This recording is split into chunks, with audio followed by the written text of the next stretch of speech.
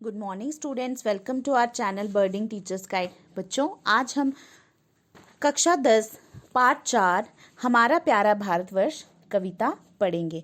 हमारा प्यारा भारतवर्ष कविता के कवि जयशंकर प्रसाद जी हैं। तो आइए इसका परिचय थोड़ा देख लेते हैं। जयशंकर प्रसाद जी का जन्म 1899 में काशी में हुआ। इनकी शिक्षा मुख्यतः घर पर ही हुई। संस्कृति साहित्य के प्रति उनके मन में गहरा अनुराग था। प्रसाद जी का बचपन वैभवपूर्ण वातावरण में बीता, परंतु बाद में उनके परिवार की आर्थिक स्थिति बिगड़ गई। जयशंकर प्रसाद का जन्म कहाँ हुआ था? काशी में 1899 में, मतलब 1889 में हुआ था इनका जन्म। और इनकी जो शिक्षा थी वो ज़्यादातर घर पर ही हुई थी और संस्कृत साहित्य के प्रति इनका विशेष रुचि थी इनकी। और प्रसाद जी का जो बचपन था वो बहुत ही ऐशो आराम में बीता था, लेकिन बाद में इनके घर की जो हालात थी वो बिगड़ गई थी, इनकी आर्थिक स्थिति बिगड़ गई थी। प्रसाद जी पहले ब्रजभाषा में लिखा करते थे, बाद में इन्होंने खड़ी बोली में काव्य रचना की। उनकी कविता शायवादी तथा रहस्यवादी काव्य का सर्वोत्तम उदाहरण प्रस्तुत करती है। प्रसाद के काव्य में देश के अतीत की गौरव गाथा का बखान है। जो प्रसाद जी हैं, जयशंकर प्रसाद, ये पहले ब्रजभाषा में लिखा करते थे, लेकिन फिर बाद में इन्होंने खड़ी बोली में लिखना शुरू कर दिया। और जो इनकी कविता में शायवादी और रहस्यवादी के गुण देखने को मिलते हैं। शायवादी मतलब जो कल्पना के आधार पर लिखी जाती है, रहस्यवादी जो ज्ञान के आधार पर लिखी जाती हैं कविताएं। फिर इनकी कुछ रचनाएं हैं, इस प्रकार हैं: झरना, आंसू, लहर, कामायनी, ये इनकी कुछ कविताएं हैं। कंकाल, तितली, ये इनके उपन्यास हैं। चंद्रगुप्त, स्कंदगुप्त, ध्रुव स्वामिनी, ये इनके नाटक हैं। तथा इंद्रजाल, आकाशदीप, ये इनकी कहानी संग्रह है। उसके बाद कामायनी महाकाव्य पर इनको मंगला प्रसाद पारितोषिक प्रदान किया गया था। जो इनका कामायनी महाकाव्य था ना, इस पर इन्हें मंगला प्रसाद नामक जो था पुरस्कार इनको मिला था। तो ये आपने याद रखना है, ठीक है। उसके बाद अब हम इसकी करेंगे सप्रसंग व्याख्या। तो बच्चों ध्यान से सुनना। सप्रसंग व्याख्या करने से पहले मैं आपको शॉर्ट में बता देती हूँ कि कवि जो है इसमें क्या कहना चाहते हैं। तो प्रस्तुत कविता राष्ट्र प्रेम संबंधी रचना है। इसमें भारतवर्ष की महानता का वर्णन किया गया है। कवि कहते हैं कि संसार में ज्ञान का आलोक सबसे पहले भारत में फैला। अधर्म और अन्याय की अपेक्षा हमारा देश धर्म की विजय को महान मानता है। यहाँ अतिथि का सत्कार देवता के समान होता है। शक्तिशाली होकर भी भारत अहिंसा और शांति का प्रतीक है। कवि कामना करते हैं कि भारतवर्ष के लिए हम सब कुछ निशावर कर दें। तो यहाँ पे आपको पता चली गया हो गया अब कि जो ये कविता जो है राष्ट्र प्रेम संबंधी है, राष्ट्र प्रेम से संबंधित है। और इसमें जो भारतवर्ष की महानता का वर्णन किया गया है, ठीक है। और कवि ने कहा है कि जो ज्ञान का आलोक था, ज्ञान का प्रकाश सबसे पहले भारत में ही फैला था। और जो हमारा भारत है ये अधर्म और अन्याय की अपेक्षा धर्म की विजय को ही महान मानता है। और यहाँ पे अतिथि का सत्कार मतलब अतिथि को किसके समान माना जाता है? भगवान के समान माना जाता है। और हमारे भारत में अहिंसा और सत्य जो है वो व्याप्त है। हमारे भारत में अहिंसा और सत्य जो है और शांति जो है, ये हमारा भारत जो है अहिंसा और शांति का प्रतीक है। और कवि यही कामना करते हैं अंत में कि भारतवर्ष के लिए हमें सब कुछ निशावर कर देना चाहिए। तो शुरू करते हैं इसकी प्रसंग व्याख्या। हिमालय के आंगन में उसे प्रथम किरणों का दे उपहार। उषा ने हंस अभिनंदन किया और पहनाया हीरक हार। जगे हम लगे जगाने विश्वलोक में फैला फिर आलोक। व्योम तम पुंज हुआ तब नष्ट अखिल संसिति हो उठी अशोक। तो इसकी शब्दार्थ देख लेते हैं। उपहार भेंट, हीरक हार हीरों की माला, अखिल संपूर्ण, संस्कृति संसार, अशोक शोक रहित, अभिनंदन स्वागत, आलोक प्रकाश, व्योम तम पुंज आकाश तक छाया अंधकार। तो प्रसंग इस तरह से लिखना है। प्रस्तुत पद्यांश हमारी हिंदी की पाठ्य पुस्तक नव भारती में संकलित कविता हमारा प्यारा भारतवर्ष से लिया गया है। इसके रचयिता जयशंकर प्रसाद जी हैं। संदर्भ, इसमें कवि ने क्या बताया है?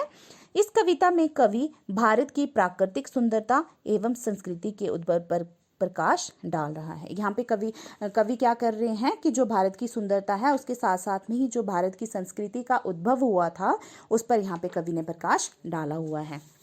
व्याख्या। कवि के अनुसार सूर्य सबसे पहले अपनी किरणों की भेंट हिमालय के आंगन को देता है। उषा हंसकर भारत का स्वागत करती है और उसे हीरों का हार पहनाती है। ठीक है, कवि के अनुसार क्या हुआ था कि सूर्य की जो सबसे पहली किरण कहाँ पड़ती है, भारत जो किरणों की जो है वो हिमालय के आंगन पर पड़ती है। ठीक है, और उषा जो है हंसकर भारत का स्वागत करती है और उसे हीरों का हार पहनाती है। और यहाँ पे सबसे पहले हम भारतवासी ही जागे, अर्थात सबसे पहले ज्ञान का उदय भारत देश में हुआ, इसके बाद विश्व को जगाने लगे, अर्थात हमने इस ज्ञान का प्रचार प्रसार पूरे विश्व में किया। इस प्रकार सारे संसार में ज्ञान का प्रकाश फैल गया। आकाश तक छाया हुआ जो अज्ञान का अंधकार था वो नष्ट हो गया और सारी सृष्टि जो थी वो शोक से रहित हो गई। ठीक है, यहाँ पे यही बताया हुआ है कि सबसे पहले सूरज की जो किरणें हैं भारत के हिमालय के आंगन में पड़ती हैं और भारत में ही सबसे पहले ज्ञान का प्रकाश फैला था और फिर बाद में पूरे विश्व में ज्ञान का प्रचार प्रसार हुआ और इस प्रकार से पूरे संसार में ज्ञान का प्रकाश फैल गया। ठीक है, फिर भाव आपने लिखना है, संसार में सर्वप्रथम भारत में ही ज्ञान का सूर्य चमका। दूसरा पद्यांश। विजय केवल लोहे की नहीं, धर्म ही रही धरा पर धूम, भिक्षुक होकर रहते सम्राट दया, दिखलाते घर घर घूम। यवन को दिया दया का दान, चीन को मिली धर्म की दृष्टि, मिला था स्वर्ण भूमि को रतनशील, की सिंहल को भी सृष्टि। किसी का हमने छीना नहीं, प्रकृति का रहा पालना यही, हमारी जन्मभूमि थी यही, कहीं से हम आए थे नहीं। तो इसके शब्दार्थ देख लेते हैं। स्वर्ण भूमि मतलब बर्मा देश, भारत का पूर्वी पड़ोसी देश है ये, और बर्मा देश मतलब जो म्यांमार कंट्री है। सिंहल श्रीलंका, धरा धरती, रतन का अर्थ हो गया यहाँ पे बौद्ध तथा जो जैन धर्म है उसमें दर्शन, ज्ञान और चरित्र को रतन कहा जाता है। उसके बाद यहाँ पे एक अर्थ और आपने इसमें ऐड करना है, शील का अर्थ होता है सदाचार। बौद्ध धर्म में, ठीक है, जो बौद्ध धर्म है उसमें चोरी ना करना, अहिंसा, ब्रह्मचर्य, सत्य, नशीली वस्तुओं को त्याग, इनको शील माना जाता है। ठीक है, ये 5 जो हैं ये शील हैं बौद्ध धर्म में। प्रसंग आपने पहले की तरह लिखना है। संदर्भ देखते हैं। इन पंक्तियों में कवि ने अतीतकालीन भारत की विशेषताओं का वर्णन किया है। मतलब इन पंक्तियों में कवि ने क्या बताया है, जो हमारे अतीत का भारत था जो उसकी विशेषताओं का वर्णन किया है। ठीक है, व्याख्या। कवि का कथन है कि हम भारतवासियों ने विश्व को बताया था कि इस पृथ्वी पर सच्ची जो विजय है वो शस्त्र अस्त्रों की विजय नहीं होती। मतलब यहाँ पे कवि ने क्या बोला है कि जो भारतवासियों ने ही पूरे विश्व को बताया था, पूरी दुनिया को बताया था कि इस पृथ्वी पर सच्ची विजय जो होती है वो लोहे की विजय नहीं होती है, जो मतलब अधर्म और अन्याय होता है उसकी विजय नहीं होती है, बल्कि धर्म विजय ही सच्ची विजय कहलाती है। जो धर्म की विजय होती है वही विजय सच्ची विजय कहलाती है और उसी को हमारा देश जो है, धर्म की विजय को ही हमारा देश महान मानता है। हमारे यहाँ से सम्राट अशोक आदि अपने संपूर्ण वैभव विलास का परित्याग कर भिक्षु बनकर रहते थे। वे घर घर घूमकर प्राणी मात्र से के प्रति दया दिखाते थे। कि जो हमारे ये सम्राट अशोक थे, जब इन्होंने देखा कि युद्ध में देखा इतना रक्तपात को देखकर इनके मन में जो थी युद्ध के प्रति क्या हुआ, उन्होंने देखा कि युद्ध में कितना सारा नुकसान हो रहा है और रक्तपात को देखकर इनके मन में युद्ध के प्रति घृणा उत्पन्न होगी और इन्होंने अपने पूरे राज्य का त्याग कर, मतलब उन वैभव विलास जो इनका ऐशो आराम था सब कुछ त्याग कर ये क्या बन गए, भिक्षुक बन गए। और सम्राट चंद्रगुप्त ने यूनान के आक्रमणकारी सेल्यूकस को दया कर छोड़ दिया था। जो सम्राट चंद्रगुप्त थे इन्होंने भी जो यूनान के आक्रमणकारी सेल्यूकस थे इनको भी दया करके छोड़ दिया था। मतलब चंद्रगुप्त ने सेल्यूकस को हरा दिया था। यूनान देश के जो ये सेल्यूकस था इसको चंद्रगुप्त ने हरा दिया था और फिर इन पर दया करके इन्होंने छोड़ दिया था। तो इस प्रकार एक यवन ने हमसे दया का दान प्राप्त किया और बाद में चंद्रगुप्त ने सेल्यूकस की बेटी से विवाह भी कर लिया था। चीन देश ने हमसे ही धर्म की दीक्षा ली। स्वर्ण भूमि में जाकर वहां के निवासियों को हमने भारतीय संस्कृति एवं धर्म का अनुपम रत्न प्रदान किया। ठीक है। यहाँ पे क्या बताया हुआ है, यहाँ पे ये कह रहे हैं कि जो चीन है, चीन देश है, चीन देश ने भी हमसे ही धर्म की दीक्षा ली। ठीक है। और जो स्वर्ण भूमि है, जो म्यांमार कंट्री है, वहाँ पर भी जो हम भारतवासियों ने ही क्या किया, वहाँ जाकर वहाँ के निवासियों को हमने ही जो भारतीय संस्कृति थी और जो धर्म का अनुपम रत्न, मतलब जैसे दर्शन, ज्ञान और चरित्र, इसके बारे में हम भारतवासियों ने भी उनको इन गुणों के बारे में बताया। और सिंहल मतलब श्रीलंका के निवासियों ने भी भारत से ही धर्म की दीक्षा ग्रहण की। और हमने कभी किसी से कुछ नहीं छीना, अर्थात हम सभी को कुछ ना कुछ देते ही रहते हैं। हमारा भारतवर्ष ही हमारी जन्मभूमि है, हम यहाँ कहीं बाहर से नहीं आए। यहाँ पे कवि यही कह रहा है कि हमने हमेशा हमने किसी ना किसी को कुछ दिया ही है, और हमने अभी तक किसी से कुछ भी छीना नहीं है। और हम इसी भारतवासी, हमारा भारतवर्ष जो है, यही हमारी जन्मभूमि है, और हम यहाँ कहीं भारत से नहीं आए हैं, हम यहाँ कहीं बाहर से नहीं आए हैं, बल्कि हम इसी भारतवर्ष के रहने वाले भारतवासी हैं। भाव, यहाँ भारत में व्याप्त अहिंसा और सत्य की ओर संकेत किया गया है। अगला पद्यांश, जातियों का उत्थान पतन, आंधियां चढ़ी प्रचंड समीर, खड़े देखा झेला हंसते, प्रलय में पले हुए हम वीर, चरित्र के पूत, भुजा में शक्ति, नम्रता ही सदा संपन्न, हृदय के गौरव में था, गर्व किसी को देख न सके विपन्न। शब्दार्थ, उत्थान मतलब उन्नति, झड़ी मतलब बरसात, प्रचंड समीर मतलब तेज हवा, पूत मतलब पुत्र, भुजा मतलब बाजू, विपन्न मतलब दुखी, संचय मतलब इकट्ठा करना। तो इस प्रसंग आपने पहले की तरह ही लिखना है। संदर्भ इस तरह से लिखेंगे आप। इस कविता में कवि ने भारतीय संस्कृति का गुणगान किया है।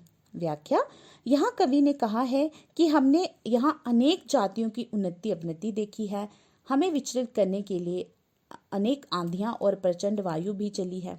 यहाँ पे कवि क्या कह रहे हैं कि हमने बहुत सी ऐसी जातियां हैं जिनका मतलब हमने अपने जीवन काल में क्या देखा है, बहुत उतार चढ़ाव देखे हैं। ठीक है, कि हम भारतवासियों को विचलित करने के लिए, अपने पथ से डगमगाने, अपने पथ से हटने के लिए हमें क्या हुआ, बहुत सारी आंधियां और प्रचंड वायु भी चली है। कहने का मतलब ये है कि हमने बहुत से संघर्षों का सामना करना पड़ा है हमें, और हमने इन संघर्षों को स्थिर होकर देखा और हंसते हुए इन कठिनाइयों को सहन भी किया। यहाँ पे कवि यही कह रहे हैं कि जो हमें अपने जीवन काल में संघर्षों का सामना करना पड़ा हमें, और हमने संघर्षों का सामना डटकर किया और हंसते हुए बहुत सारी कठिनाइयों को सहन भी किया। हम ऐसे योद्धा हैं जो विनाश की घड़ियों में पले हैं। कवि यहाँ पे कह रहे हैं कि हम भारतवासी ऐसे योद्धा हैं जो क्या है, विनाश की घड़ियों में पले हैं। और कहने का मतलब ये है कि अनेक संघर्षों का सामना करने में समर्थ होने के कारण हमें कोई पराजित नहीं कर सकता। कि हमने बहुत सारी अपने जीवन में कठिनाइयां देखी हैं,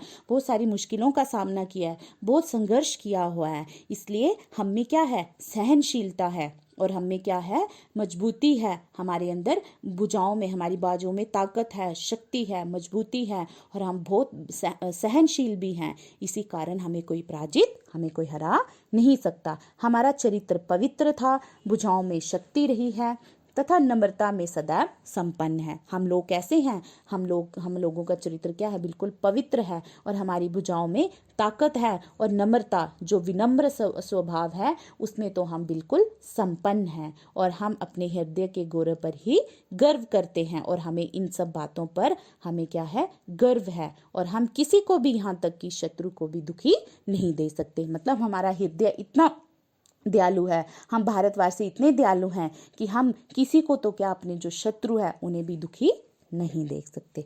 भाव, यहाँ पर कवि ने स्पष्ट किया है कि हमारे पूर्वज शक्तिशाली, आचरण से शुद्ध, स्वाभिमानी, नम्र एवं परोपकारी थे।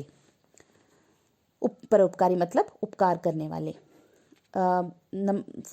अगला पद्यांश देखते हैं, लास्ट। हमारे संचय में था दान, अतिथि थे सदा हमारे देव, वचन में सत्य, हृदय में तेज, प्रतिज्ञा में रहती थी टेक। वही है रक्त, वही है देश, वही साहस है, वैसा ज्ञान, वही है शांति, वही है शक्ति, वही हम दिव्य आर्य संतान। जिए तो सदा उसके लिए यही अभिमान रहे, यही हर्ष निशावर कर दें हम सर्वसक अपना हमारा प्यारा भारतवर्ष। तो इसकी शब्दार्थ देख लेते हैं। टेक मतलब अटल, हर्ष खुशी, निशावर अर्पण करना, समर्पण कर देना, सर्वस्व हो गया सब कुछ। तो यहाँ पे कवि प्रसंग आपने पहले की तरह ही लिखना है और संदर्भ में आपने लिखना है कि इसमें भारतवर्ष की महानता का वर्णन किया गया। जो भारतवर्ष है ना, भारतवर्ष की महानता का ही वर्णन यहाँ पे किया गया है। तो कवि यहाँ पे क्या कह रहे हैं, व्याख्या देखते हैं। कवि कहते हैं कि भारतवासी धन संग्रह मतलब इकट्ठा अवश्य करते थे, पर अपने लिए नहीं बल्कि दान देने के लिए, मतलब दूसरों की हेल्प करने के लिए, दूसरों की मदद करने के लिए। और हम अतिथियों को देवता के समान मानते थे और अभी भी हम अतिथियों को देवता के समान ही मानते हैं। हमारे वचन सत्य होते थे और हम अपनी प्रतिज्ञा का पालन दृढ़ता से करते थे। यदि हम कोई प्रतिज्ञा ले लेते थे तो उसका पालन हम क्या थे, दृढ़ता से करते थे उसका पालन। और आज भी हमारे शरीर में उन्हीं पूर्वजों का रक्त संचार कर रहा है। जो हमारे ऐसे पूर्वज थे उनका ही रक्त आज भी हमारे शरीर में संचार कर रहा है। आज भी हमारे शरीर में उन्हीं पूर्वजों का रक्त बह रहा है। हमारा देश भी वही है जो हमारे पूर्वजों का देश था, हमारा भी वही देश है। और हम में साहस भी वही है जो हमारे पूर्वजों में था। आज भी हम उसी प्रकार से ज्ञान संपन्न हैं जिस प्रकार हमारे पूर्वज हुआ करते थे।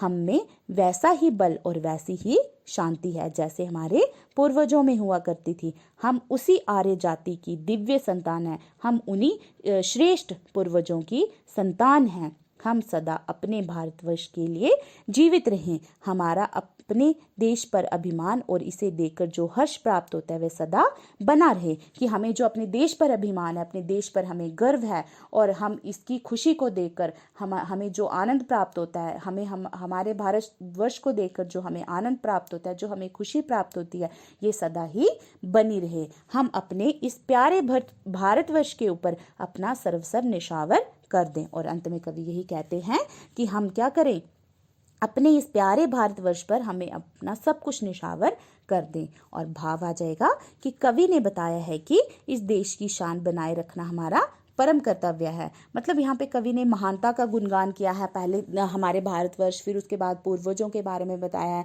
कि हमारे पूर्वज कैसे थे और उन्हीं का जो रक्त है वही हमारे शरीर में भी बह रहा है। वैसे ही जैसे उनमें शक्ति थी, जैसे उनमें साहस था, वैसे ही आज हमारे अंदर भी है। वैसे ही शांति, वैसे ही बल हमारे अंदर भी है। तो वो अंत में कवि यही कह रहे हैं कि जिस प्रकार से उन्होंने अपनी देश की शान बनाए रखी थी, तो हमारा भी यही परम कर्तव्य है कि हम अपने देश की शान को बनाए रखें। तो बच्चों, मुझे आशा है कि आपको ये कविता अच्छे से समझ में आ गई होगी। तो अगले भाग में हम इसके प्रश्नोत्तर पर चर्चा करेंगे। धन्यवाद।